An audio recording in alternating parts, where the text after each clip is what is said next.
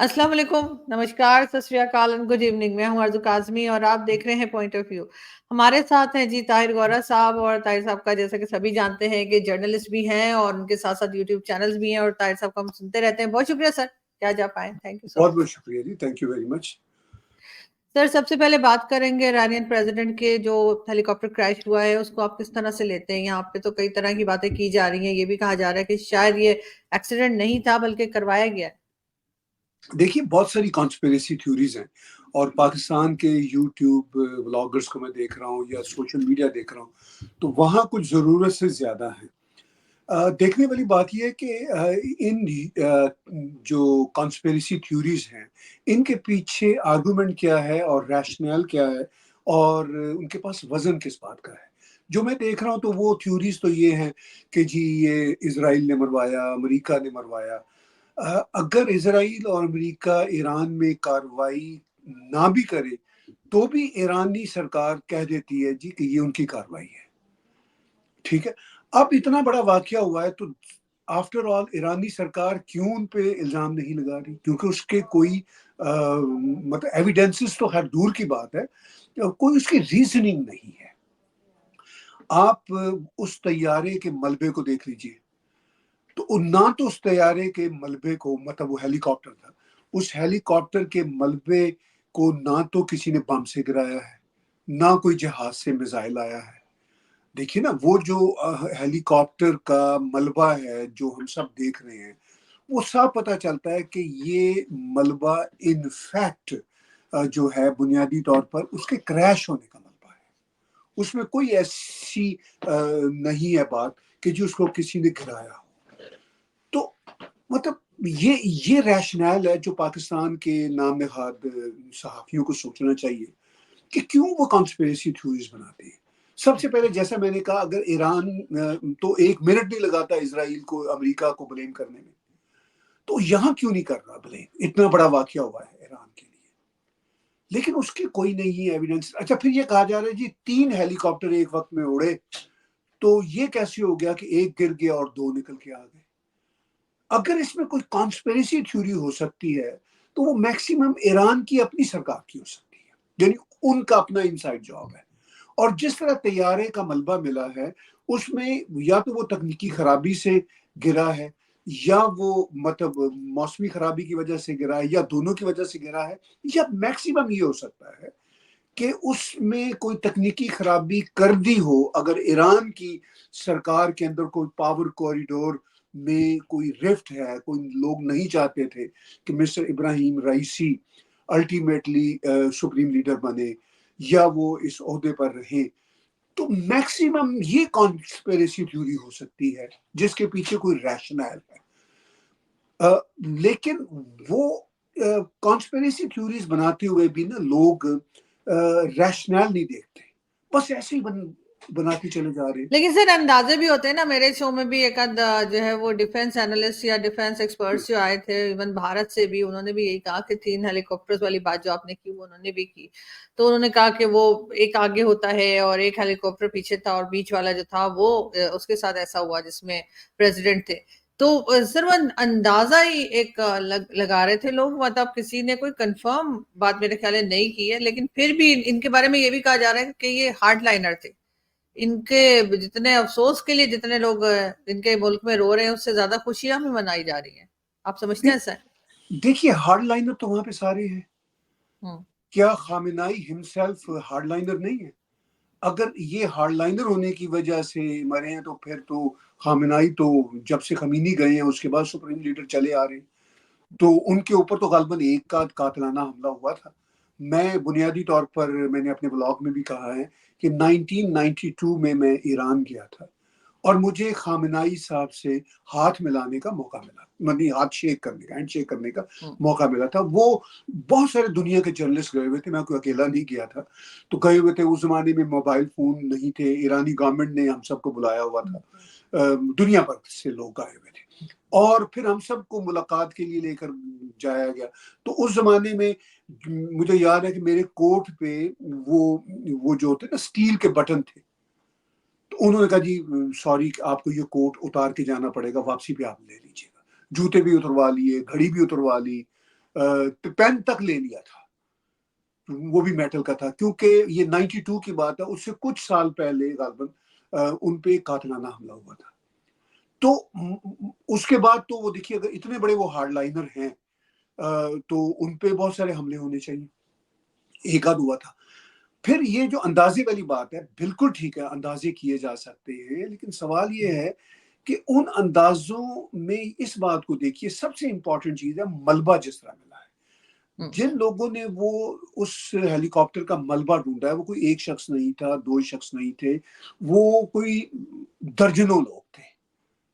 اچھا، آج کا زمانہ یہ ہے کہ مطلب کسی نے بھی گولی کا نشان دیکھا ہو، جو اس پہ گولی اگر کوئی لگی ہو یا میزائل لگا ہو، اٹ سیلف ملبہ پوری دنیا کے ٹیلی ویژن چینل سے دکھایا ہے.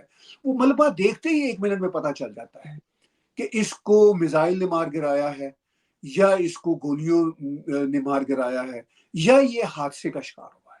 اب جیسا میں نے کہا، زیادہ سے زیادہ اندازہ اس بات کا کیا جا سکتا ہے کہ اس ہیلی کاپٹر کو اڑنے سے پہلے تکنیکی طور پر خراب کر دیا گیا.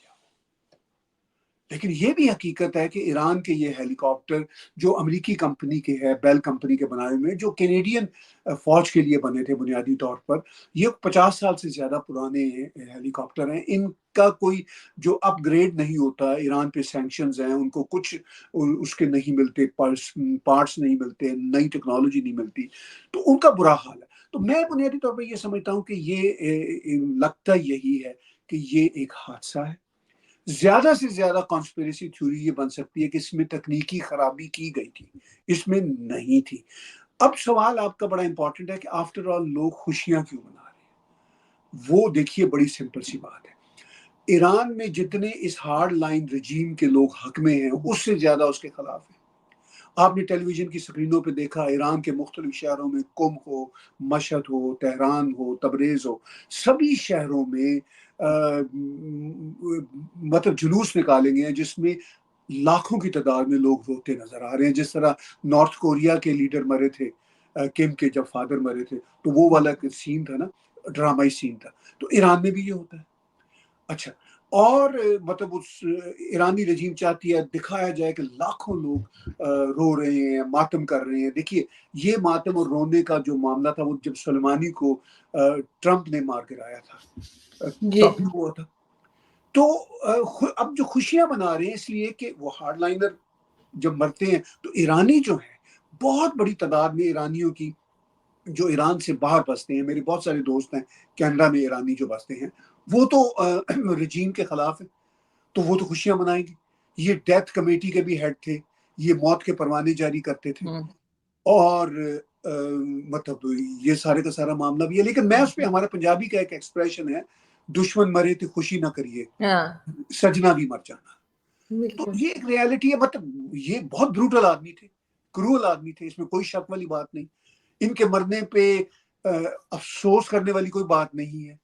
لیکن مہذب رویہ یہی ہے کہ بھائی اب ڈھول کیا بجانے. لیکن میں تو یہ بات آسانی سے کہہ سکتا ہوں، جن لوگوں کے لواحقین مرے ہیں، ان کے ڈیتھ وارنٹس ہیں، وہ تو یہ بات نہیں کریں گے نا. وہ تو مطلب ان کو تو ایک طرح سے اگر ایران کی کورٹ نے جسٹس نہیں دیا تو قدرت نے جسٹس دے دیا. بالکل ایسا ہی ہے سر. آپ نے شاید وہ نیوز بھی دیکھی ہو جو یہاں پہ پی ٹی آئی کے جو اسپوکس پرسن ہے ان کے اوپر اٹیک جو کیا گیا 2 دن پہلے، اور کہا گیا جی ٹرانسجینڈر تھے. بعد میں کئی لوگوں نے اسی وقت کہا کہ ان کے شوز اور چادر لینے کا انداز اور وہ سب کچھ، تو لگ یہ رہا ہے کہ کہیں اور سے کچھ ہوا ہے. آپ کو لگتا ہے ابھی بھی پی ٹی آئی جو ہے وہ ایک طرح کا چیلنج بنی ہوئی ہے اسٹیبلشمنٹ کے لیے؟ دیکھیے مطلب ہمیں جو کینیڈا میں بیٹھ کے محسوس ہوتا ہے تو وہ تو صاف لگتا ہے کہ وہ ابھی تک چیلنج ہے، اور وہ چیلنج رہے گی. سچی بات یہ ہے کہ پی ٹی آئی کے پیچھے عوام کی سپورٹ ہے، اور اچھی خاصی سپورٹ ہے. 8 فروری 2024 کے الیکشن نے بھی دکھا دیا. وہ لٹمس ٹیسٹ تھا. اس سے پہلے میں کہہ سکتا تھا کہ شاید کوئی تھوڑا بہت ببل ہے پی ٹی آئی میں، لیکن جس طرح الیکشن میں لوگ ان کے لیے نکلے ہیں، ثابت ہو گیا. ہم پاکستان سے باہر رہنے والے جو جرنلسٹ ہیں ان کو بھی آئیڈیا ہو گیا کہ بھئی یہ ببل نہیں ہے، ان کے پیچھے سپورٹ ہے. تو اس میں تو کوئی شک والی بات نظر نہیں آتی. اب جو ان پہ اٹیک ہوا ہے، کیا وہ اٹیک کوئی کرائم تھا سمپلی، یا اس کے پیچھے پولیٹیکل موٹیوز تھے؟ یہ بات تو آپ جرنلسٹ ہم سے بہتر جانتے ہیں جو گراؤنڈ پہ وہاں بیٹھے ہوئے ہیں. ہمیں جو بیٹھ کے یہاں محسوس ہوتا ہے کہ یہ دونوں باتیں ہو سکتی ہیں, ان دونوں کا مکس بھی ہو سکتا ہے. تو یہ حقیقت ہے کہ پی ٹی آئی جو ہمیں اب اطلاعات مل رہی ہیں, جو گراؤنڈ ریالٹیز ہمیں بتاتی ہیں, ایک پاپولر جماعت ہے. اب اگر جیسے میں پی ٹی آئی کو بہت ویژنری جماعت نہیں سمجھتا, اپرچونسٹ جماعت سمجھتا ہوں, لیکن یہ بھی ایک حقیقت ہے کہ 1 سال سے وہ اسٹیبلشمنٹ کے خلاف جیلوں میں جانے کے باوجود ڈٹ گئے ہیں. سب کا یہی خیال تھا کہ عمران خان جیل کو برداشت نہیں کر سکتے, لیکن انہوں نے ہماری اس بات کو بھی غلط ثابت کیا ہے. میں اس بات کو مانوں گا, میرا بھی یہی خیال تھا کہ وہ شاید جیل کو بھگت نہیں سکتے, لیکن ہی پرووڈ اس رانگ. ٹھیک ہے, تو مجھے یہ ماننا پڑے گا. تو اب یہ ہے کہ اب وہ اگر جیلوں میں بند ہیں, ان کے بہت سارے لوگ ابھی بھی غائب ہیں, اور کچھ اب منظر عام پہ آ رہے ہیں, جو منظر عام پہ آ رہے ہیں وہ بھی کھل کے بات کر رہے ہیں, اسٹیبلشمنٹ کے خلاف بات کر رہے ہیں, عمران خان جیل کے اندر رہتے ہوئے بھی بات کر رہے ہیں. تو اس سے 2-3 باتیں, ایک تو یہ کہ اسٹیبلشمنٹ کے اندر بھی ان کو سپورٹ حاصل ہے, صرف اور صرف ان کو عوام کی سپورٹ نہیں ہے. یعنی وہ اتنے مقبول ہیں کہ وہ ودن بھی اور باہر بھی ہر جگہ میں وہ چاہے جاتے ہیں. اب یہ پاکستان کا مقدر ہے کہ اگر اس طرح کا لیڈر بھی اتنا کلٹ لیول پہ پوجا جاتا ہے, میں تو یہ کہوں گا, تو پھر پاکستانی جانے, ان کا کام جانے, ہم کون ہوتے ہیں ان کے بیچ میں ٹانگ اڑانے کے حوالے سے. آپ جیسے جو جرنلسٹ بیٹھے ہوئے ہیں جو ہم سے بہت بہتر جانتے ہیں, وہ اپنا تجزیہ کرتے رہتے ہیں, بہت اچھا کرتے ہیں. ان کے لیے دقتیں ہوتی ہیں وہاں پہ, اگر جیسے آپ کوئی بات تھوڑی مختلف کریں گی تو لوگ پسند نہیں کریں گے, آپ اسی جگہ پہ بیٹھی ہوئی ہیں. تو مطلب آپ کے لیے پریشانی کی زیادہ بات ہے, یا جو بھی آپ جیسے انڈیپینڈنٹ جرنلسٹ وہاں رہتے ہیں, لیکن ہمیں تو یہ دکھ رہا ہے کہ ان کی سپورٹ اچھی خاصی ہے.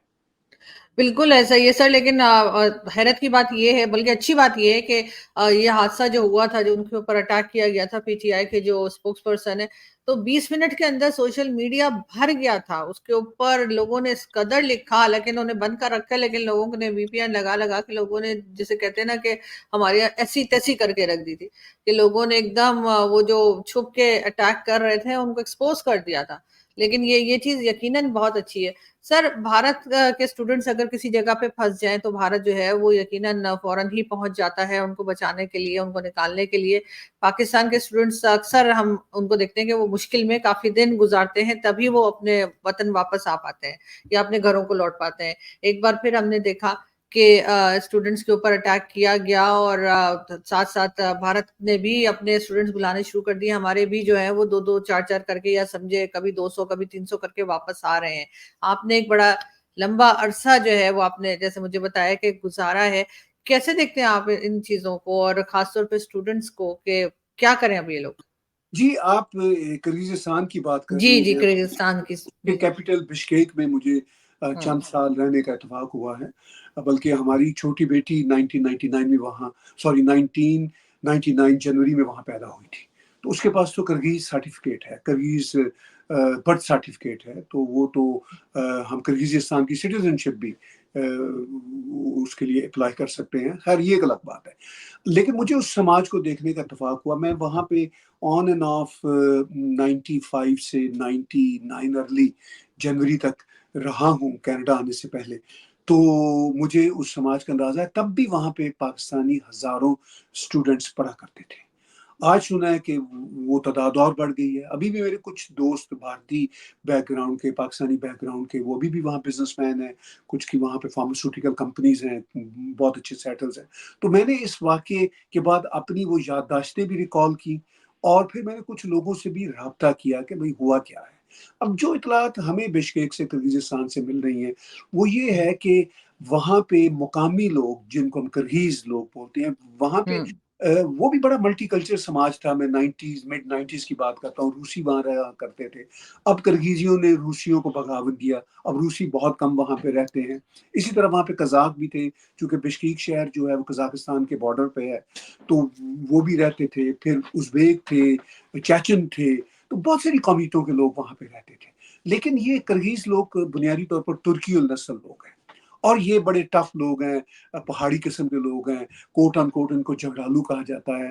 اب جو اطلاعات آ رہی ہیں وہ یہ ہے کہ کچھ ایجپشین اور سعودی اسٹوڈنٹس کا مقامی کرغیز اسٹوڈنٹس کے ساتھ کوئی مطلب کسی مسئلے پہ یا مسائل پہ ان کی کچھ ہاتھا پائیاں ہوئی، جس میں کچھ کہا جاتا ہے کہ پاکستانی بھی ایجپشینز کا ساتھ دے رہے تھے۔ وہ 2-3 لوگ، ظاہر ہے اگر 12-15 ہزار بچے وہاں پہ پڑھ رہے ہیں، اگر 2-3 لوگوں نے بھی ساتھ دے دیا وہ بھی ہوا۔ کچھ اور بھی اطلاعات آ رہی ہیں، جیسے بچے ہوتے ہیں لڑ پڑتے ہیں، کچھ اور ایشوز چھوٹے موٹے ہو جاتے ہیں۔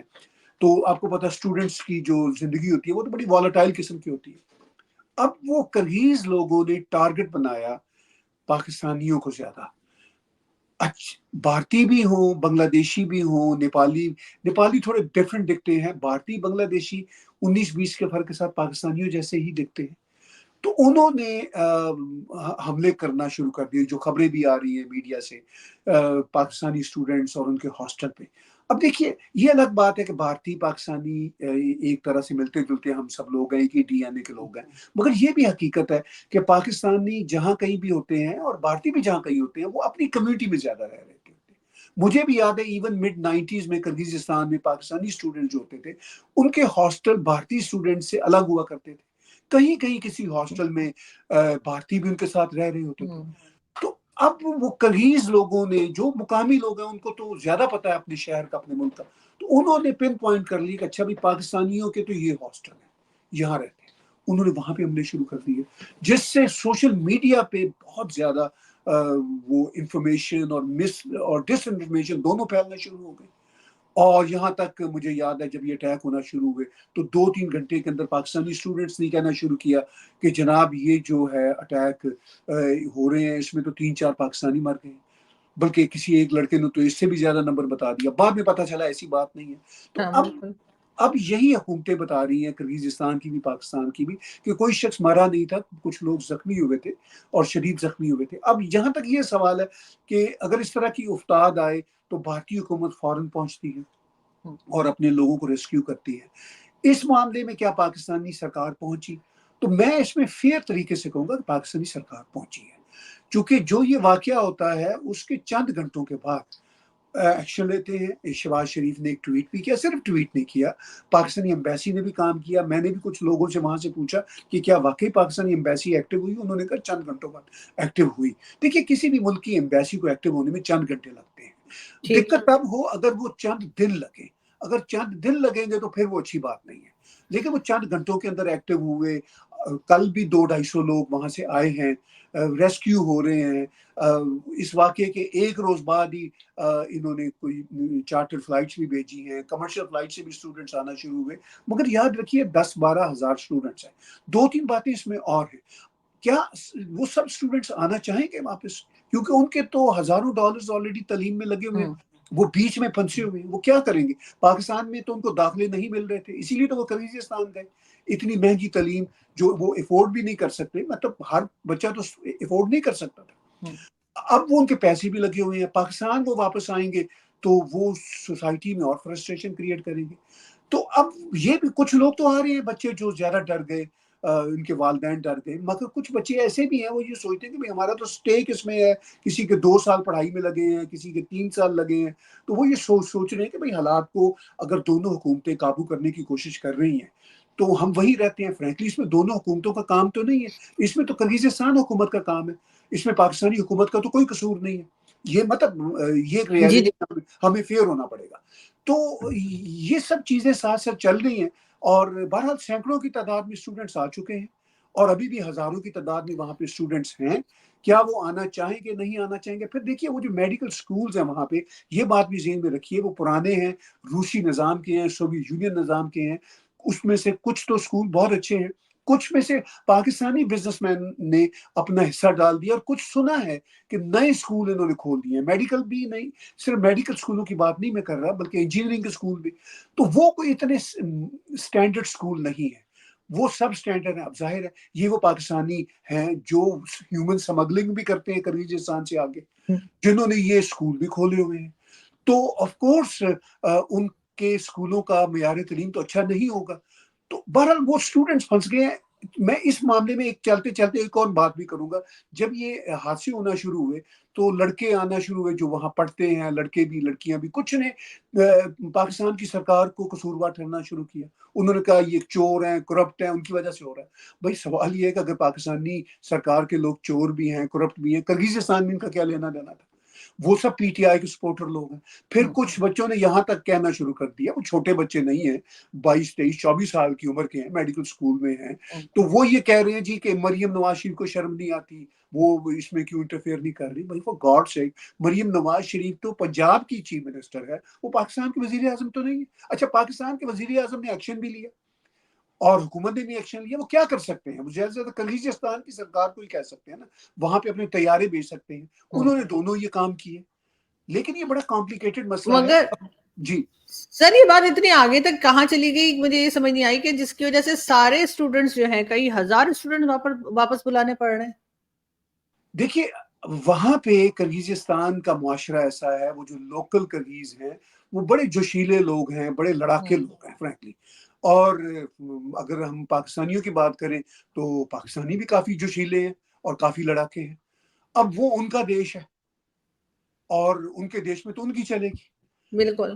تو ان کو یہ لگ رہا ہے کہ اگر سرکاروں نے مل ملا کے آپس میں کچھ چیزیں سیٹل بھی کر لی، پاکستانی حکومت کا دباؤ ہوا اور خود کرغیزستان کے اندر دباؤ ہے، چونکہ ان کو اسٹوڈنٹس کی وجہ سے بہت پیسہ ان کے ہاں جنریٹ ہوتا ہے. وہ چھوٹی اکانومی کا غریب ملک ہے، میں یہ کہوں گا.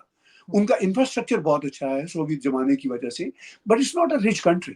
تو ان کے لیے یہ سورس آف انکم ہے، بہت اچھی سورس آف انکم ہے. تو ان کے لیے بھی لمحہ فکری ہے کہ یہ اسٹوڈنٹس اگر واپس گئے تو اور نئے اسٹوڈنٹس آئیں گے بھی نہیں، دوسرے ملکوں سے بھی نہیں آئیں گے، تو ہاں ہماری تو اکانومی بیٹھ جائے گی.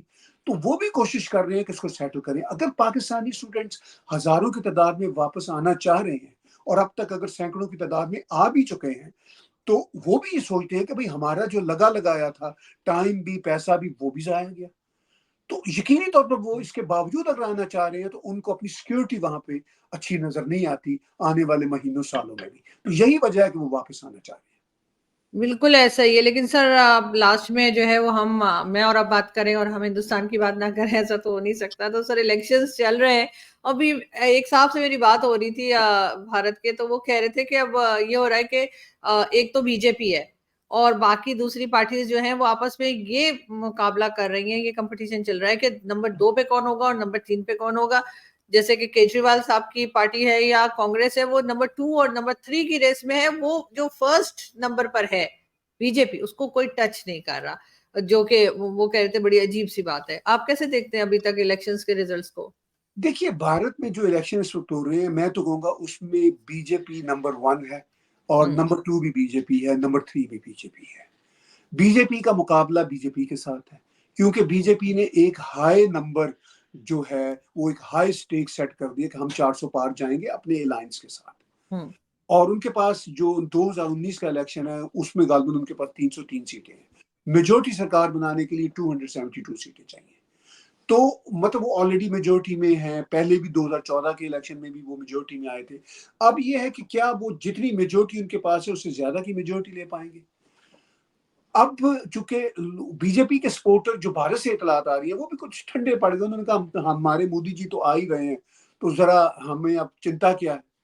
تو ووٹ ٹرن آؤٹ ریلیٹیولی 2-3% سے کم جا رہا ہے، جس کا کہنے والے یہ کہتے ہیں کہ بی جے پی کو کم ووٹ پڑے گا. لیکن اگر جہاں بی جے پی فرض کیجئے 1,00,000 ووٹ کے مارجن سے جیت رہی تھی تو وہاں پہ پھر بھی بی جے پی جیتے گی، 50,000 ووٹ کے مارجن سے جیتے گی. مطلب یہ جو کیلکولیشن ہو رہی ہے.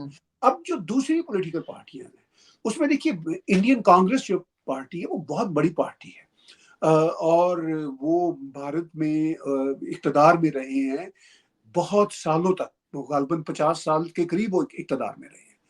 اب جب سے مسٹر راہل گاندھی اس کے لیڈر چلے آ رہے ہیں یا فرنٹ فیس ہیں، اس پارٹی کو وہ نمبر نہیں مل رہے. لیکن یاد رکھیے کہ اس پارٹی کو آج بھی نمبر آف ووٹس اچھے خاصے پڑ رہے ہیں راہل گاندھی کی لیڈرشپ یا فرنٹ فیس ہونے کے باوجود. لیکن وہ سیٹیں نہیں نکال پا رہے، نہ 2014 میں نہ 2019 میں. اس کی وجہ وہی گاندھی پریوار کا مسئلہ ہے کہ وہ سامنے سے ہٹتے نہیں ہیں. اب حالانکہ پرائم منسٹر نریندر مودی اور بی جے پی کے لیے چیلنج تھا کہ 10 سال سے وہ اقتدار میں ہے، اور آج کے زمانے میں سوشل میڈیا کے پروپیگنڈا کے زمانے میں یہ بڑا مشکل ہوتا ہے انکمبینٹس کا مسلسل جیتے چلے جانا، لیکن یہی دیکھ رہا ہے کہ وہ جیت جائیں گے، پہلے نمبر پر بھی وہی آئیں گے، دوسرے نمبر پہ بھی وہی آئیں گے، تیسرے نمبر پہ بھی وہی آئیں گے۔ اب اگر فرض کیجئے 300 پار بی جے پی لینے میں کامیاب ہو جاتی ہے بائی اٹ سیلف، میں ان کے الائنس کی بات نہیں کر رہا، جو ان کا این ڈی اے کا الائنس ہے وہ پتہ نہیں کتنی سیٹیں ٹوٹل لیتا ہے، وہ الگ بات ہے۔ اگر بی جے پی 300 سیٹیں لیتی ہے تو 242 سیٹیں باقی بچ گئی، تو 242 باقی سیٹوں میں سے اگر کانگریس لیٹ سے 70-75 سیٹیں لیتی ہے، اور کانگریس کے اس کے علاوہ جو انڈیا الائنس چل رہا ہے جس میں کانگریس ہے، وہ کبھی الائنس میں پارٹیاں آتی ہیں چلی جاتی ہیں، وہ بھی چل رہا ہے۔ اب جہاں تک کیجریوال ہیں، وہ دیکھیے فیڈرل لیول کی پالیٹکس میں نہ تینوں میں ہے نہ 13 میں، وہ تو تیسرے نمبر پہ کیا، چوتھے، پانچویں، چھٹے، ساتویں نمبر پہ بھی نہیں ہوں گے، کوئی چانس ہی نہیں دکھتا۔ ان کی غالباً پچھلے جو لوک سبھا کے الیکشن میں آئی ڈونٹ نو کوئی ان کی سیٹ ہے یا ایک آدھ ہے یا نہیں ہے، مجھے یاد نہیں پڑتا، وہ تو دلی کی سرکار بنائی ہوئی ہے، اور پچھلی بار انہوں نے پنجاب میں سرکار بنا لی تھی۔ اب زیادہ سے زیادہ آپ کو عام آدمی پارٹی آپ کے نام سے جانی جاتی ہے، تو آپ کو زیادہ سے زیادہ پنجاب میں کوئی شاید 2-1 سیٹیں مل جائیں، اگر ان کی قسمت اچھی ہوئی تو دلی کے آس پاس سے ایک سیٹ مل جائے گی، تو 3-4 سیٹیں لے کے وہ کیا تیسرے نمبر پہ آئیں گے، چوتھے پہ آئیں گے، پانچویں پہ آئیں گے۔ سماج وادی پارٹی جو ہے، اور اسی طرح ممتا بینرجی کی جو پارٹی ہے، یہ جو پارٹیاں ہیں ان کے پاس کچھ مطلب ڈبل ڈیجٹس کے نمبرز میں ان کو سیٹیں مل جائیں گی، تو ان کے بارے میں ہم کہہ سکتے ہیں کہ انڈیا الائنس دوسرے نمبر پہ آئے گا، یا چلیے میں یوں کہتا ہوں کہ بی جے پی پہلے نمبر پہ ہے، دوسرے نمبر پہ بی جے پی ہے، تیسرے نمبر پہ بی جے پی ہے، چوتھے نمبر پر انڈیا الائنس آ جائے گا، پانچویں نمبر پہ ممتا بینرجی یا ان کی اکھلیش یادو کی پارٹی، ان کی سیٹیں نکل آئیں گی۔ تو اس طرح بھارت میں دیکھیے 2500 پارٹیاں ہیں، ان 2500 پارٹیوں میں سے 20-25 ریجنل پارٹیاں ہیں جو امپورٹنٹ اینڈ اسٹرانگ ہیں، جو ڈبل ڈیجٹ نمبرز نکال سکتی ہیں اپنے اپنے ریجن میں، جیسے ساؤتھ کی کچھ پارٹیاں ہیں۔ تو ان دا اینڈ یہی ہے کہ اس سارے کھیل تماشے میں B J P number 1، number 2 بھی بی جے پی، نمبر 3 بھی B J P, number 4-5 India alliance, India Congress, یہ سچویشن نظر آتی ہے۔ بالکل، لیکن سر لاسٹ میں فواد چودھری صاحب کے مسلسل ٹویٹس چلتے رہتے ہیں انڈین الیکشنز پہ، اور آپ جانتے ہیں کہ وہ کافی فیمس ہیں بھارت میں بھی۔ آپ کو لگتا ہے کہ وہ واقعی میں انٹرسٹڈ ہیں الیکشنز میں، یا وہ ایسی چھیڑخانی کر رہے ہیں؟ نہیں، فواد چودھری صاحب تو ساری زندگی سیاست کے ساتھ چھیڑخانیاں ہی کرتے رہے، اور پاکستان میں سیاست کے اندر کون چھیڑخانیاں نہیں کرتا، تو ویسے بھی سیاست پوری دنیا میں چھیڑخانی کا نام ہے، اس میں کوئی شک والی بات نہیں، اس میں کوئی بری بات بھی نہیں، چونکہ بالکل politics is all about it. لیکن فواد چودھری کے لیے ایک اچھا موقع ہاتھ آیا، وہ بالکل آؤٹ ہوئے تھے پکچر سے، تو انہوں نے ایک ٹویٹ کیجریوال کے رہا ہونے پہ کیا کی کہ جی کیجریوال کے رہا ہونے سے امید بنی ہے کہ انڈیا میں جمہوریت شاید پھر سے بحال ہو جائے گی، تو اس کے بعد وہ انڈیا میں تو ایک جوک کے طور پر دیکھے جاتے ہیں، پاکستان میں بھی وہ جوک کے طور پر دیکھے جاتے ہیں، یہاں بھی ہم ان کو ایک جوکر ہی سمجھتے ہیں، اور پھر میں یہ کہوں گا کہ ہم بہت سارے سیاستدانوں کو جوکر سمجھتے ہیں۔ I have to be fair, مجھے فواد چودھری بیچارے تو کیوں رگڑنا مقصود ہے، وہ میرا مقصد نہیں ہے، لیکن فواد چودھری کے لیے انڈیا کا الیکشن ایک رستہ مل گیا، بہانہ مل گیا اپنی پولیٹیکل کیپٹل کو اسٹیبلش کرنے میں، تو وہ اپنی پولیٹیکل کیپٹل کو اسٹیبلش کر رہے ہیں، تو انڈیا کے خلاف جتنے وہ بیانات دیں گے پاکستان کی آرمی یا اسٹیبلشمنٹ کی آنکھ میں وہ واپس آئیں گے، اور وہ کہیں گے اچھا یہ بچہ ہمارے کام آ سکتا ہے۔ تو بس اس حد تک فواد چودھری کی گڈ لک ہے کہ انہوں نے انڈیا پہ 2 ٹویٹیں کر دی الیکشن پہ، تو ہی از بیک ان لائن لائٹ۔ بالکل، اور بہت ٹائم سے کر دی، یعنی بہت زیادہ انہوں نے خیال رکھا کہ کس وقت بات کرنی ہے۔ تھینک یو سو مچ سر کہ آپ نے جوائن کیا، شکریہ جی، تھینک یو ویری مچ۔